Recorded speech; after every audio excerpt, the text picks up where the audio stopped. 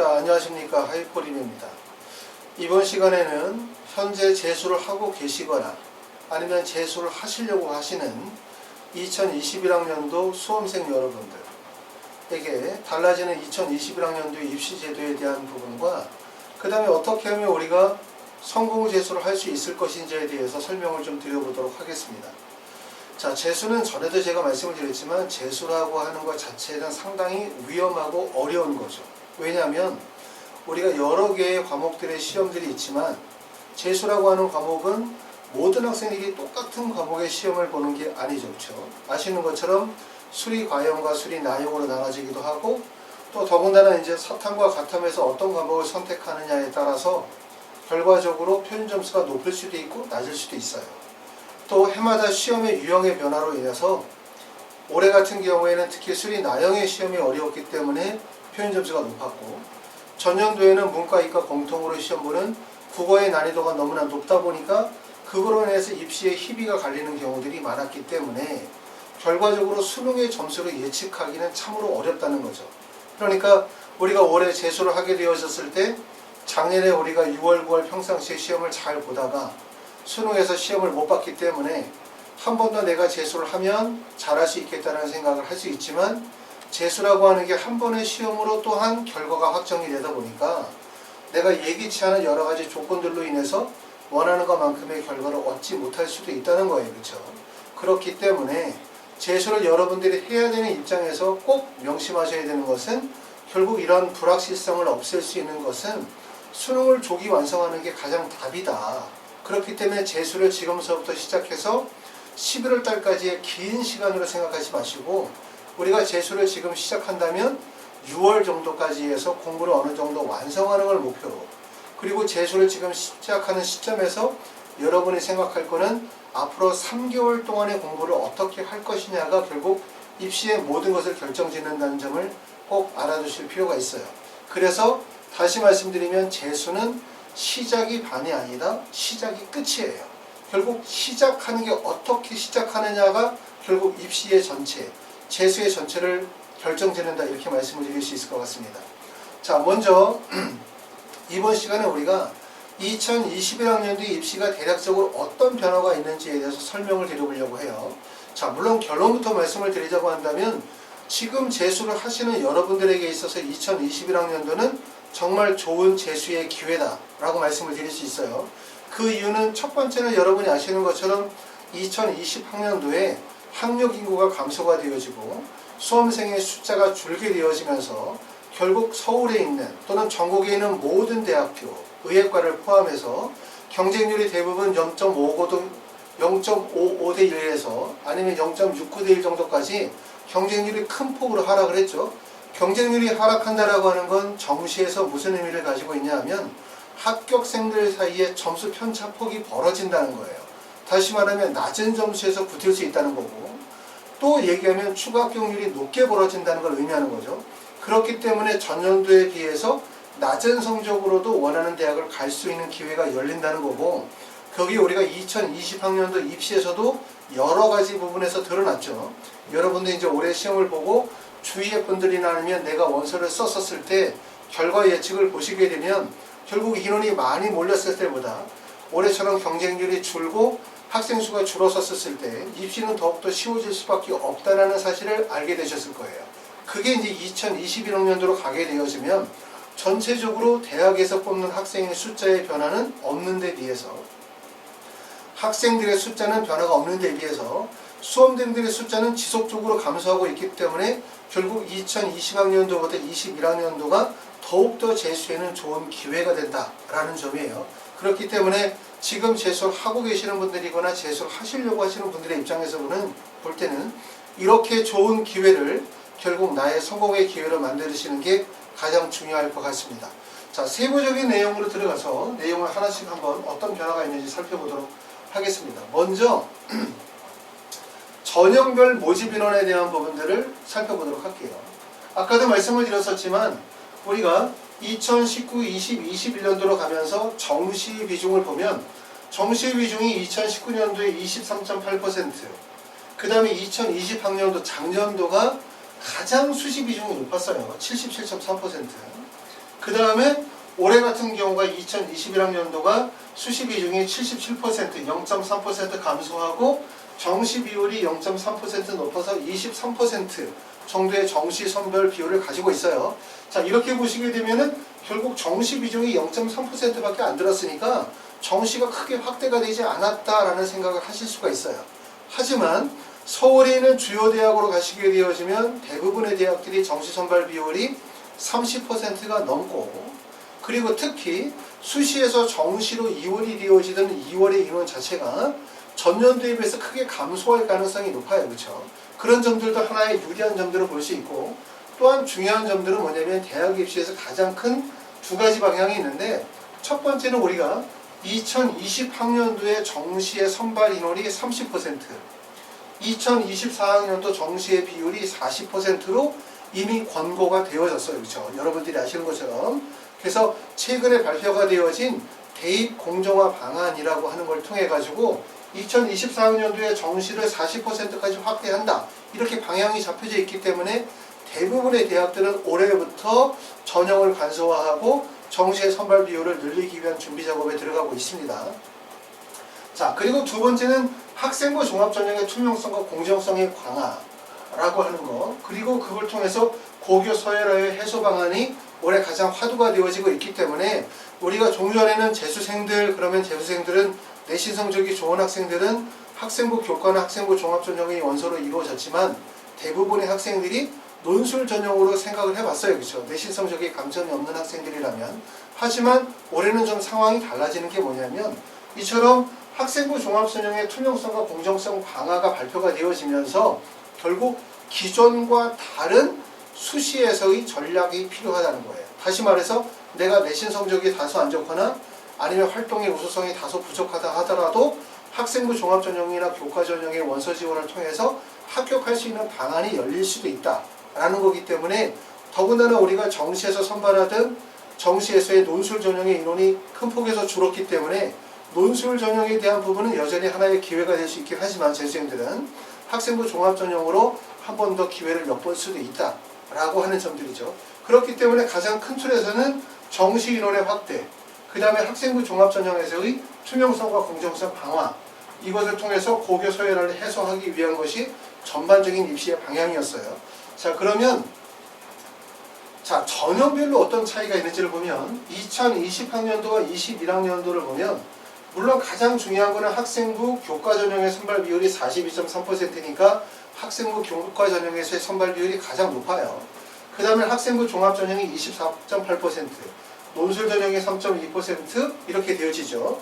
그런데 이제 논술 전형은 전년도에 비해서 3.5%에서 0.3% 감소가 되어졌는데 전체적으로 논술은 폐지하는 쪽으로 가닥을 잡고 있기 때문에 아시는 것처럼 2020학년도에 연세대학교 의예과 같은 경우도 모집인원 35명의 의예과를 논술 전형에서 폐지를 했고, 올해 2021학년도에서도 이화여대와 부산대학교에서 논술 전형에서 선발하던 의예과를 폐지를 했기 때문에 전체적으로 논술 전형은 축소 방향으로 가고 있는 거고요.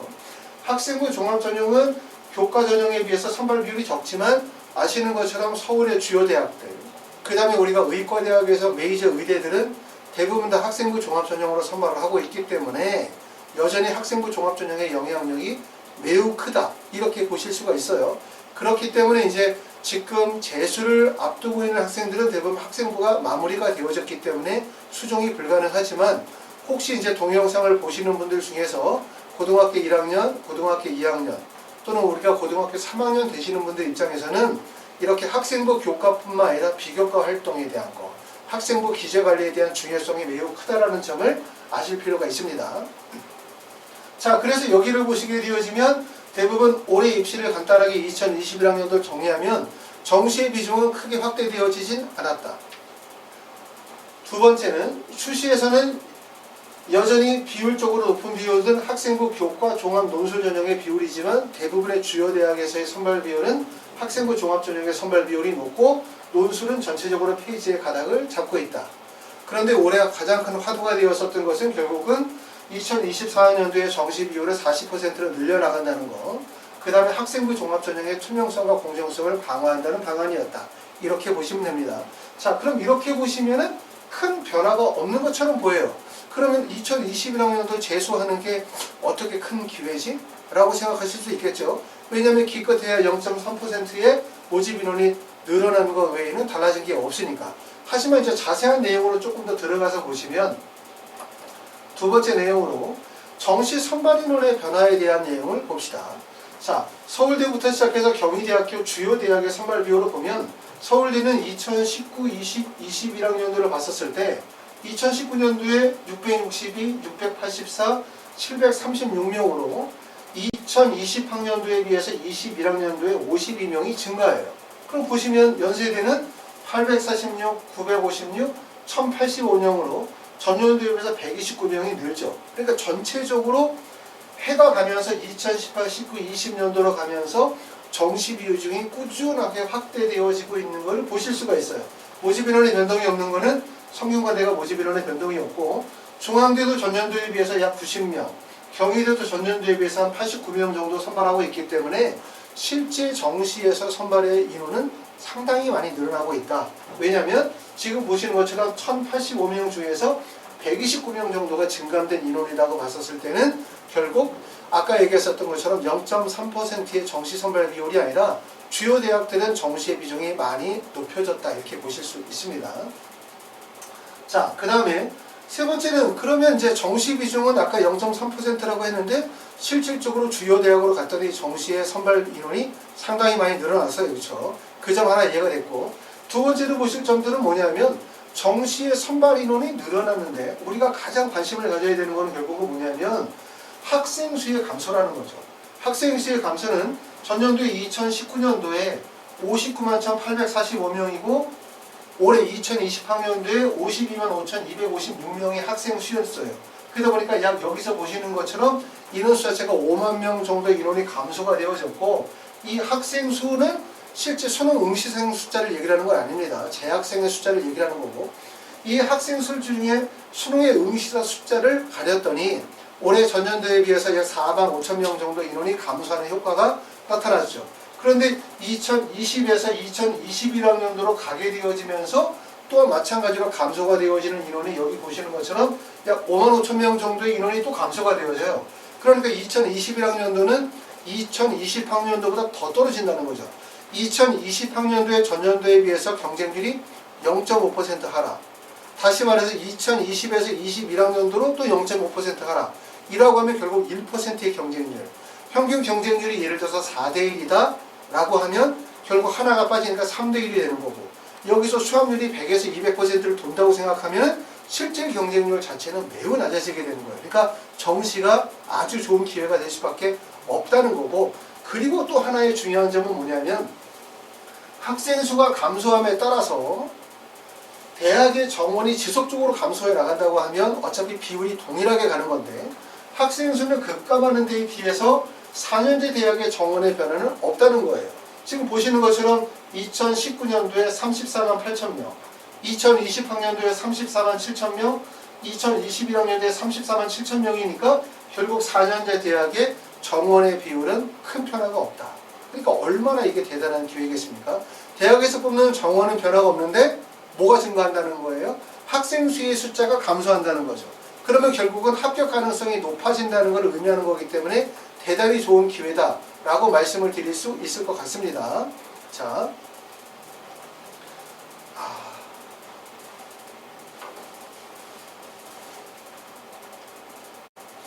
자, 이처럼 수험생의 감소라고 하는 것은 결국은 경쟁률의 하락 그리고 합격자 간의 점수의 편차가 확대가 되어지기 때문에 결국 간단히 얘기하면 전년도보다 낮은 성적으로 더 높은 대학을 갈 수 있는 기회가 열리는 거예요. 이런 인원의 감소라든가 이런 입시의 변화라는 부분들이 되게 중요하다는 사실을 꼭 아셔야 돼요. 특히 2020학년도 올해 입시가 이제 마무리되어지고 있긴 하지만 올해 입시에서 수시 전형이나 아니면 정시 전형에서 실제 이러한 학생 수의 감소와 대학의 전원, 그렇죠? 대한현대 대학의 정원의 불변으로 발생이 되어지는 간격의 차이로 인해서 수시와 정시에서 여러 가지 변화가 있었고 그런 변화들을 실제 체감하신 분들이 있을 거라고 생각이 되어집니다. 이러한 것들이 이제 2020학년도에 더욱더 확대될 가능성이 크기 때문에 우리가 이 점에 주목하실 필요가 있어요. 자, 다음 네 번째는 그럼 이제 주요 대학의 입시의 변화에서는 어떤 변화가 있는지에 대한 내용을 한번 의대를 중심으로 한번 보도록 하겠습니다. 간략하게. 자, 자세한 입시에 대한 요강이라든가 대학별 입시의 변화에 대한 부분들은 이후에 진행이 되어지는 강의에서 동영상을 통해서 다시 한번 자세하게 설명을 드리도록 하고요. 지금 이제 전반적인 입시의 변화가 어떤 변화가 있는지에 대해서만 설명을 드리도록 하면, 첫 번째는 경희대학교는 네오르네상스 전형, 수시 전형에서 교사 추천서를 폐지를 했어요. 아시는 것처럼 교사 추천서는 학생부의 행동 특성 및 종합 의견과 내용이 비슷하게 겹치기 때문에 교사 추천서의 폐지 얘기는 그전부터 많이 나왔고, 그래서 2020학년도, 22학년도까지 교사 추천서를 폐지하기로 했고요. 실제 올해 대부분의 학교들이 교사 추천서를 폐지를 했습니다.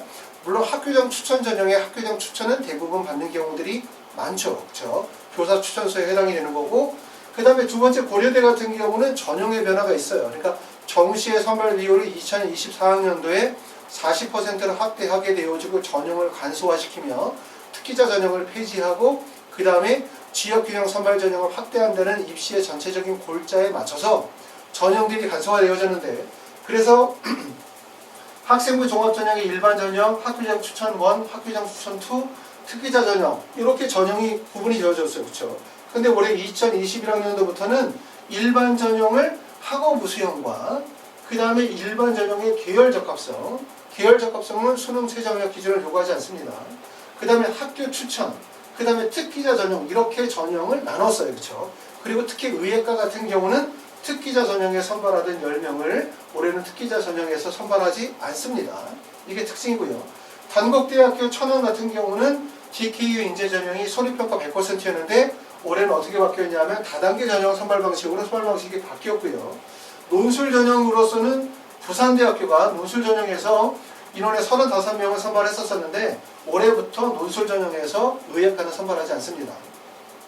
서울대학교는 지역균형 전형에서 지역균형 전형의 수능 최저학력 기준을 완화했는데, 제가 서울대학교 그 전에 이제 2021학년도 서울대학교 입시 분석을 유튜브에 올려놨어요. 그렇죠? 그거 보시면 아시겠지만 실제 지역균형 전형의 등록률이 매우 낮아요. 그렇죠? 등록률이 80%가 안 되기 때문에 실제 학생들이 수능 최저의 충족 가능성이 충족 비율이 낮다는 걸 의미하는 거예요. 등록률이 낮다는 건. 물론 다른 여러 가지 요소들로 인해서 등록률이 낮을 수는 있지만 첫 번째 요소로 생각할 수 있는 게 수능 최저학력 기준이 학생들에게 부담이 되고 있다는 거고, 그리고 그렇기 때문에 서울대학교에서 그러한 미등록률을 해소하기 위해서 수능 최저학력 기준에서 2개의 과목 모두 2등급이었던 것을 2개의 과목 합 4등급으로 수능 최저학력 기준을 완화했습니다. 성균관대학교는 정시에서 원래 영어의 가산점이 1등급이 100, 2등급이 93, 그 다음에 3등급이 95였었는데 올해부터는 영어를 100, 97, 92로 나눴기 때문에 영어의 비중을 확대했다, 강화시켰다, 이렇게 보실 수 있고요. 그 다음에 연세대학교는 특히 주목할 부분이 뭐냐면 시스템 반도체 공학과라고 해서 이 학과가 학생부 위주에서 40명, 정시에서 10명을 선발하게 되고 삼성전자 채용 조건형 계약 학과로서 올해부터 신설이 되어지기 때문에 관심 있으신 분들은 여기에 관심을 좀 두시면 될 것 같고요. 특히 의예과 같은 경우도 전년도에는 특기자 전형에서 27명을 선발했는데 올해부터는 특기자 전형에서 의예과를 선발하지 않습니다. 이화여대는 논술 전형에서 의예과를 10명을 선발하다가 올해부터는 선발하지 않아요. 그렇죠? 중앙대학교는 영어의 등급별 가산점을 조정을 해서 전년도에는 100, 98, 88, 78이니까 영어의 비중이 좀 큰 학교죠. 그렇죠? 1등급과 2등급의 점수 차이가 5점 정도 차이 나니까 올해는 점수를 좀 좁혀서 100, 98, 95, 92 정도로 해서 조정을 시켰어요. 그러니까 결국은 성균관대 같은 경우는 영어의 비중을 보시는 것처럼 높였고, 그 다음에 중앙대는 영어의 비중을 좀 더 낮췄다, 이렇게 보실 수 있는데, 이걸 간단히 보신 것처럼 올해 전체적으로 입시의 변화는 뭐였었냐? 첫 번째는 교과, 여기 보는 것처럼 교사 추천서의 폐지, 두 번째는 수능 최저학력 기준의 완화, 그 다음에 세 번째는 전형의 간소화, 이런 부분들이 이루어지고 있다고 보실 수가 있고, 특히 이제 눈에 띄는 부분들은 특기자 전형에 대한 폐지나 일부 의예과에서 논술 전형으로 선발하던 인원들을 폐지하고 학생부 종합 전형이나 기타 전형으로 인원을 돌려놨죠. 그렇죠? 자, 그래서 의예과 전형, 논술 전형 전발 대학들은 올해 같은 경우에 이렇게 학교들이 진행을 하는데 특히 주목할 점은 이화여대 부산대학교가 올해 45명을 선발했었는데 폐지한다는 거고요. 연세대학교는 이미 2020학년도에 논술 전형에서 선발하던 인원을 폐지를 했습니다.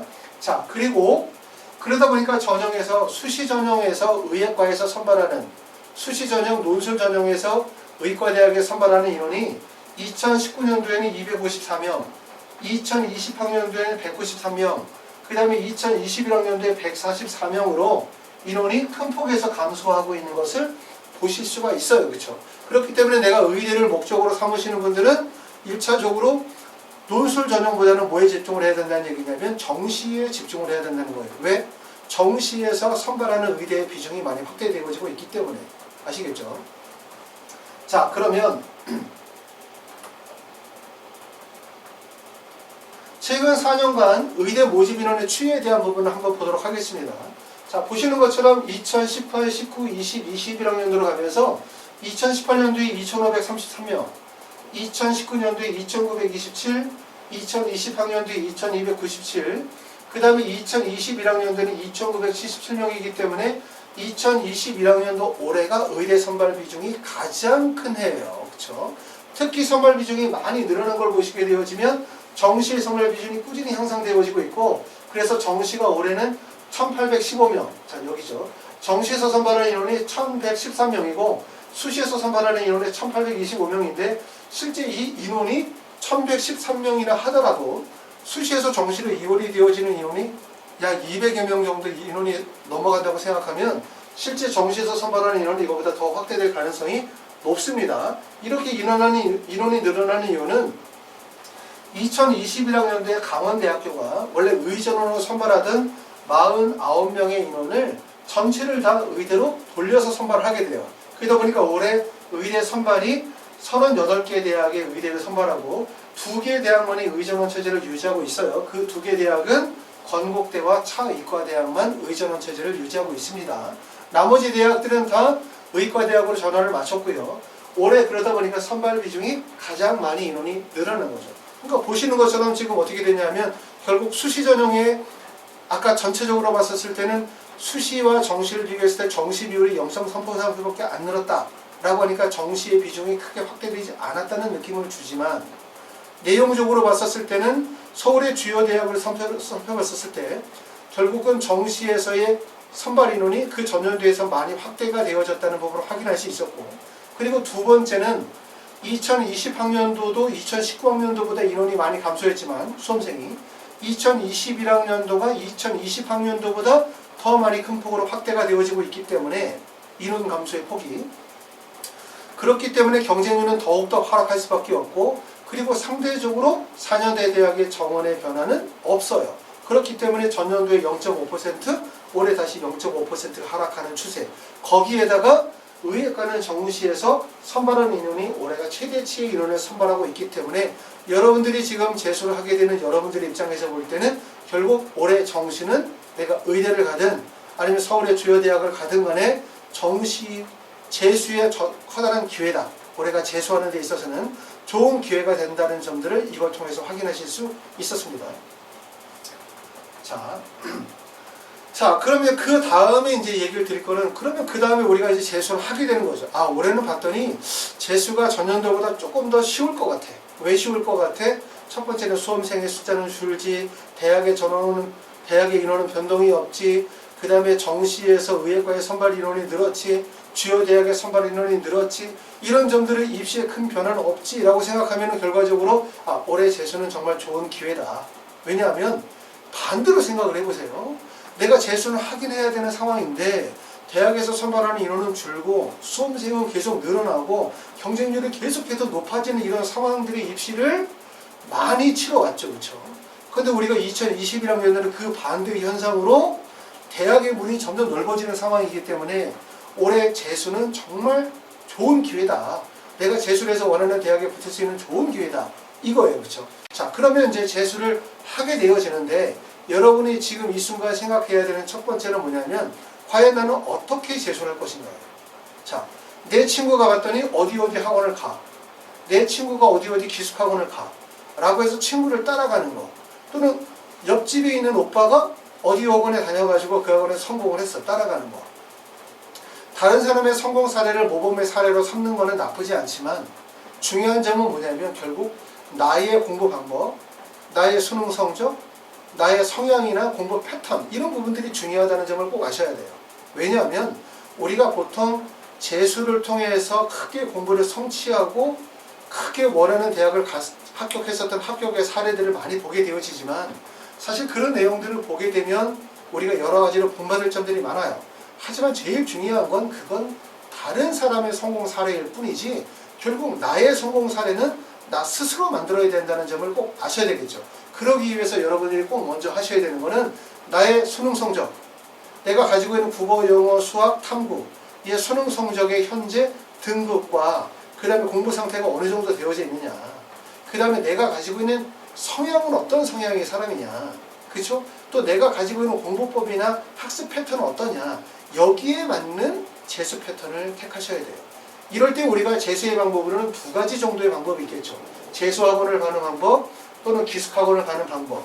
그러지 않으면 독학재수를 통해서 공부하는 방법이 있는데 이 두 가지의 방법은 사실은 어떤 게 더 좋고 낫다고 말씀을 드릴 수는 없어요. 왜냐하면 독학재수의 단점은 재수학원이 가지고 있고 재수학원의 단점은 독학재수에서 해소를 하고 있죠.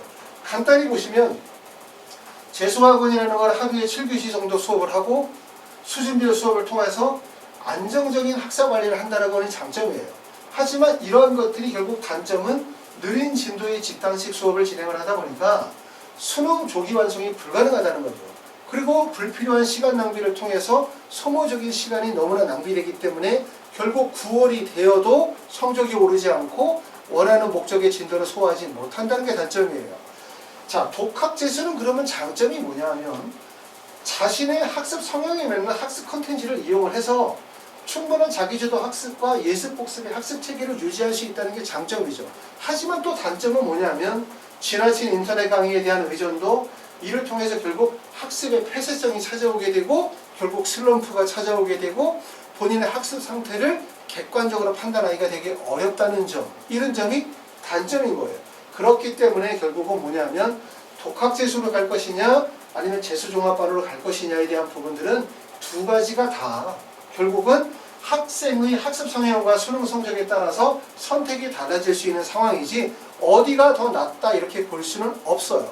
그런데 꼭 말씀을 드리고 싶은 거는 뭐냐면 내가 지금 독학재수를 한다고 해서 여러분들이 끝까지 독학재수를 하는 것도 아니고 내가 지금 예를 들어서 재수종합반을 간다고 해서 끝까지 재수종합반을 가는 것도 아니라는 걸 꼭 아셔야 돼요. 그러니까 우리가 예전에 공부를 하게 되어질 때는 내가 한번 학원 선택하면 끝까지 간다 이거죠. 내가 독학재수 시작하면 끝까지 가는 거고 내가 예를 들어서 어떤 재수학원을 가면 지금부터 11월까지 끝까지 간다라는 주의지만 사실은 많이 상황이 달라졌어요. 왜 그러냐면 지금 여러분들이 생각할 거는 아까도 말씀드렸지만 공부를 시작할 때 꼭 생각할 건 지금 현재 재수를 해서 3개월을 생각을 해야 돼요. 3개월. 그렇죠? 3개월 안에 여러분의 입시가 결정난다고 볼 수 있겠죠. 그렇기 때문에 학원 한번 선택하면 수능까지 쭉까지 간다. 이거는 잘못된 방식이고요. 우리가 최근에 입시 성향이나 패턴 구조를 보게 되면 이러한 재수 구조가 아니라 제일 중요한 건 뭐냐면 지금 여러분이 생각하셔야 되는 거는 6월까지만 생각하시면 돼요. 6월. 그럼 6월까지의 공부가 두 가지 방법이 있는 거거든요. 첫 번째는 내가 만약에 국어, 영어, 수학, 과탐이나 사탐 중에서 과목이 부분적으로 밸런스가 무너졌다라고 생각을 해봅시다. 내가 예를 들어서 국어가 3등급을 맞았고 그 다음에 나머지 과목은 다 1등급이야. 라고 하면은 국어 과목을 집중적으로 해소를 해야 되는데 일반 재수학원에서 공부를 하다 보면 어떤 문제가 발생이 되냐면 모든 과목을 균일하게 공부를 하다 보니 취약한 과목을 공부할 수 있는 시간도 안 나오죠. 또 취약한 과목을 공부하기 위해서 인터넷 강의를 듣고 과외를 하다 보면 결과적으로 뭘 하게 되냐면 하루 종일 하는 게 듣는 수업만 하게 되는 거예요. 자기 공부 시간이 없어지는 거죠. 그렇기 때문에 결과적으로 이렇게 공부의 균형이 깨졌거나 아니면 전체적으로 과목이 2등급, 3등급 정도로 과목이 낮거나 이런 학생들은 초기 과정에서 뭘 반드시 하셔야 되냐면 결국 자기주도 학습 시간들을 늘려야 돼요. 공부에서 성적을 올리기 위한 방법은 딱 두 가지잖아요. 첫 번째는 자기 공부 시간을 늘린다. 그 다음에 부족한 과목에 대해서 집중적 케어를 받는다. 이거기 때문에 결국은 공부 시간이 늘어나지 않으면 성적이 오를 수가 없어요. 그렇기 때문에 이런 학생들은 초기 과정에서 뭘 하게 되냐면 독학재수 패턴을 택하게 되죠. 그래서 3월부터 시작해가지고 6월 정도까지 독학재수를 통해서 취약한 과목을 빠르게 해소하고 그러고 난 다음에 6월, 7월 이후로 가게 되어지면서 자신의 학습 시간들을 줄이고 그 다음에 실전 마무리 과정으로 넘어가기 때문에 뒤로 가면서 예를 들어서 7월, 8월 이후로 가게 되어지면 단과 수업이라든가 아니면 재수 학원으로 다시 들어가서 좀 더 안정적인 학사 운영을 꽤 할 수도 있어요. 아시겠죠? 이런 방법을 할 수 있고 두 번째 학생들은 어떤 학생들이냐면 재수 초기 과정에 들어가게 되었을 때 내가 이미 고등학교 3학년 때 아니면 작년에 재수를 하면서 공부의 완성도가 상당히 나와서 이러한 집단식 수업을 들었었을 때 문제가 전혀 없다고 판단되는 학생들이에요. 그런 학생들은 지금 1월서부터 시작해가지고 2월, 3월 이 시기에 재수학원이나 기숙학원을 다니죠. 그러다가 6월 정도 됐었을 때 재수학원이나 기숙학원을 나오는 시기가 되는 거죠. 왜 나오냐면 아시는 것처럼 우리가 똑같이 500m 달리기를 해도 처음에 출발선상에서 같이 출발을 할 때는 모든 사람이 비슷한 속도로 달리죠. 내가 어떤 재수학원을 선택해서 자연계반 A반에 배정을 받았어요. 그럼 A반에 배정되어 있는 학생이 30명이야.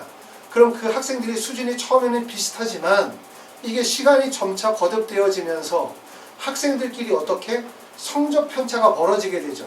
그러다 보면 결국은 공통된 수업을 통해서 듣는 수업의 만족도가 떨어질 수밖에 없죠. 그렇기 때문에 재수학원들은 대부분 6월달 이후로 가면서 만족도가 떨어질 수밖에 없어요. 그렇기 때문에 이런 학생들은 초기에 들어갔다가 6월달 정도 돼서 본인이 원하는 부분들을 다 얻고 6월달 부분에서는 6월달 넘어가면서는 나와서 독학 재수를 하면서 부족한 부분들을 보완하고 그동안 미뤘었던 자기주도 학습들을 충실하게 진행을 하면서 실전 마무리 과정들을 충실하게 해가는 거예요. 아시겠어요? 그렇기 때문에 제가 볼 때는 어떤 하나의 학원에서 재수종합반을 한 번에 처음에 선택을 하면 그걸 끝까지 간다.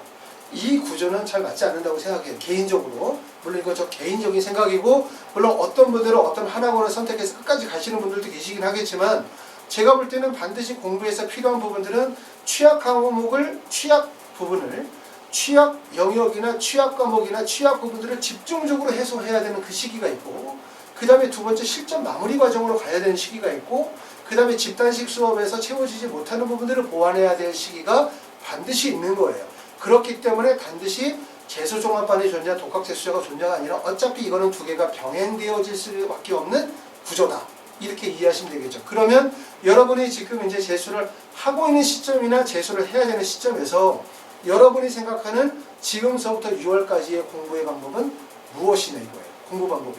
이 점에서 꼭 말씀을 드릴 수 있는 건 뭐냐면 내가 만약에 전년도의 성적이 균형이 깨졌거나 예를 들어서 전 과목은 다른 과목들은 다 2등급인데 어떤 과목이 한 과목이 4등급이거나 아니면 전체적으로 등급이 2등급, 3등급으로 등급이 낮다면 그 과목의 성적을 끌어올리기 위해서 첫 번째 필요한 건 학습 시간, 두 번째 필요한 거는 내가 원하는 수업을 집중적으로 들을 수 있는 게 제일 중요해요.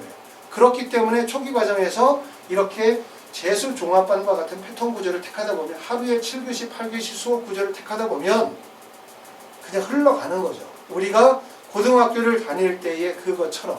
그렇기 때문에 그렇게 공부를 하다 보면 6월이나 9월이 되어도 성적의 향상이 크게 발생이 되어지지 않는 경우가 있어요. 그렇기 때문에 여러분들이 지금 생각해야 되는 건 내가 지금 재수를 해야 되는 이 시점에서 내가 택하게 되는 3개월 학습법은 무엇인가 이 점을 생각하시면 도움이 되실 것 같습니다. 자, 그래서 이런 집단식 획일화되어진 재수를 버리고 나만의 성공 재수를 가자 이렇게 말씀을 드리는데 우리가 재수할 때 4가지 정도를 꼭 말씀을 드리고 싶어요. 첫 번째는 재수는 용기와 자신감만으로 재수하지 말자. 물론 재수를 할 때 가장 중요한 건 용기와 자신감이에요. 난 할 수 있다.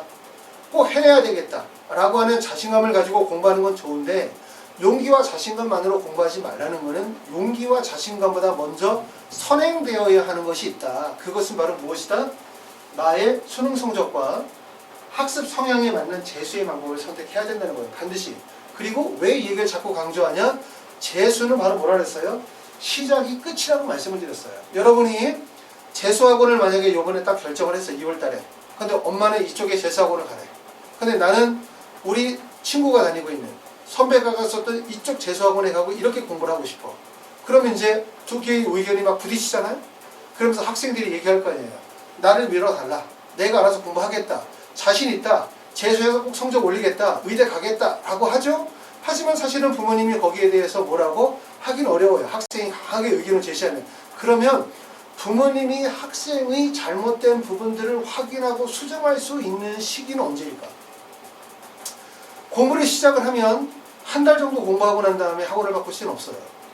학생이 바꾸겠다고 한다면 모르겠지만, 왜냐하면 한 달 만에 공부에 이 한 달의 공부가 성공했느냐 실패하느냐를 확인할 수 없으니까 최소한 3개월 정도를 가야 된단 말이에요.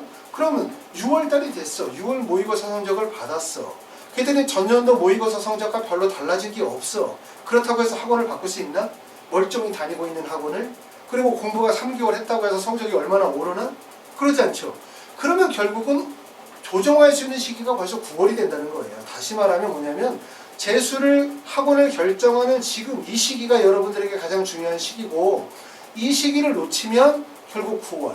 9월은 결국은 입시가 모든 것이 다 판이 끝난 상태라고 볼 수 있어요. 예를 들어서 9월까지 성적이 오르지 않았던 성적이 9월부터 11월 불과 2달 정도 공부해서 성적이 급격하게 오르는 경우는 많지 않기 때문에, 물론 9월이 되었었을 때 성적이 오르지 않았다고 해서 입시를 포기하라는 의미를 갖는 건 아니에요. 제가 말씀드리는 얘기 핵심은 결국은 지금 우리가 재수를 선택하는 이 시점은 정말 중요하다. 왜냐하면 내가 지금 선택하고 난 다음에 다음 달에 내 선택을 바꿀 수가 없기 때문에, 그리고 본인의 공부 상태에 따라서 재수를 어떻게 하느냐에 따라서 점수가 완성되는 시기는 달라질 수밖에 없기 때문에 이 점을 꼭 말씀을 드리고, 두 번째는 수능 조기 완성. 이것이 바로 수능 고득점의 비결이다. 아까도 말씀을 드렸죠. 재수라고 하는 거에서 가장 큰 거대한 걸림돌은 바로 뭐냐면 수능이 가지고 있는 불안전성이에요. 왜냐하면 평상시에 아무리 열심히 공부한다 하더라도 수능에서 실제 원하는 것만큼의 점수가 나온다라고 우리가 확신할 수 없어요. 왜냐하면 수능이라는 과목은 학생들이 과목 선택을 하기 때문에 어떤 과목을 선택하느냐에 따라서 결과적으로 표준 점수가 달라질 수 있고, 그 다음에 매년 입시가 변별력이 발생이 되어지기 때문에 어떻게 입시가 어떤 과목이 어렵고 쉬운지를 알 수가 없어요. 그렇기 때문에 이런 불안정성 때문에 우리가 성공적인 재수로 가기 위해서 가장 중요한 건 수능 고득점, 결과적으로 조기 완성이다. 내가 6월 정도까지 원하는 거의 목표를 달성하는 거, 그리고 그 이후로 실전 파이널 과정을 충실히 했었을 때 목표가 나온다는 거죠. 누누이 말씀드리지만 수학을 한 번 100점 맞았다고 해서 수능에서 100점이 나오지 않아요. 아셨어요? 그렇기 때문에 길게 생각하지 맙시다. 재수를 지금서부터 시작해서 11월 달까지 한다고 하지 말고, 지금부터 시작하면 우리는 짧게 6월 달까지 집중적으로 공부해서 성적을 빨리 끌어올리는 거, 여기 포인트를 두시면 더 좋을 것 같아요. 자, 네 번째는 재수는 머리가 아니라 관리학습이 핵심이다. 이게 핵심이죠. 재수에서 제일 중요한 건 관리학습이죠. 우리가 기숙학원을 가는 이유, 재수학원을 가는 이유, 독학재수 학원을 오는 이유, 다 무엇 때문입니까? 관리의 중요성을 알고 있기 때문에 그런 거예요. 재수가 만약에 관리가 필요 없다라고 한다면 집에 앉아서 그냥 혼자 공부하면 돼요. 하지만 혼자 스스로 관리가 되어지지 않은 공부는 일시적으로는 많은 양의 공부를 소화하지만 한 달이나 2달 정도의 기간으로 보게 되어지면 관리 학습과 효율성과 학습의 양에서 엄청나게 커다란 차이가 있죠. 그렇기 때문에 결과적으로 재수학원에서 또 여러분들이 공부하게 되어질 때 가장 핵심은 얼마나 체계적으로 학습 관리가 이루어질 수 있느냐, 이 점에 대한 부분이 장점이라고 말씀을 드릴 수 있고 가장 중요한 점이라고 말씀을 드릴 수가 있습니다. 자, 이렇게 해서 이제 전체적으로 여러분들에게 말씀을 드렸던 거는, 올해 우리가 재수를 하게 되어지는 재수생 학생들에게 말씀을 드리는 거는 올해는 정말 좋은 기회다. 왜? 재수라고 하는 것이 불안정성을 가지고 있기 때문에 우리가 항상 어려워했었지만 올해는 특히 정시의 선발 비율이 늘어나고 주요대학의 선발 인원이 더 늘어나고, 그 다음에 수시 비중이 줄어들게 되고, 또 정시에서도 특히 의대 같은 경우를 보셨던 것처럼 선발 인원이 많이 확대되어지는 추세. 하지만 거기에 비해서 대학의 모집 인원의 변동은 없다. 그렇기 때문에 전년도에 0.5%의 경쟁률의 하락, 올해 다시 0.5%의 경쟁률의 하락이라고 한다면 결국 입시의 경쟁률은 대폭 낮아질 수밖에 없고 결국 합격생들 사이에 점수 편차폭을 벌어지며 취업률은 높아지기 때문에 결과적으로 낮은 성적에서도 원하는 대학을 갈 수 있는 좋은 기회가 열렸다는 거예요. 그러면 여러분이 하셔야 되는 거는 수능을 빨리 완성해야죠. 수능에서 고득점 맞아야죠. 지금은 우리가 논술을 할 때가 아니라는 거죠. 그렇죠? 재수생의 대부분이 내신 성적이 아주 좋은 게 아니라면 지금 이상의 여러분들이 고민하셔야 되는 거는 수능에 집중적으로 부족한 부분들을 보완하고 빨리 밸런스를 유지해서 6월달까지 고득점을 만드는 과정이 제일 중요하다고 생각을 합니다. 자, 그래서 저희 하이퍼 리뷰 학원 홈페이지에 오시면 저희 학원에서 진행하게 되어지는 차별화되어진 이런 독학 재수 프로그램에 대한 안내 설명이 있고 또 유튜브에 동영상들이 있습니다. 여러분들이 재수학원을 선택하시는데 조금이라도 도움이 될 수 있었으면 좋겠고 혹시라도 궁금한 점 있으면 전화 주시면 제가 자세히 설명드리도록 하겠습니다. 감사합니다.